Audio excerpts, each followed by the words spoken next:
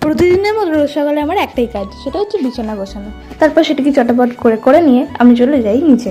তারপর মেম সাহেবের মতো সেজে গুজে আমি বেরিয়ে পড়ি সল্টলেক যাওয়ার জন্য, কারণ আমাদের ছিল সেদিনকে হচ্ছে সেমিনার।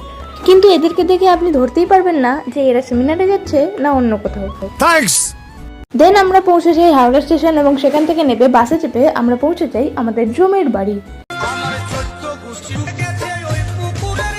চোখের পাতা ফেলতে না ফেলতেই শুরু হয়ে যায় লেকচার দেওয়া।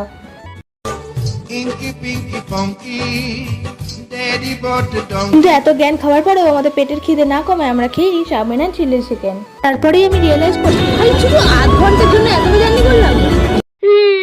তারপরে মরণাপন্ন অবস্থায় আমরা ফিরে আসি স্টেশন।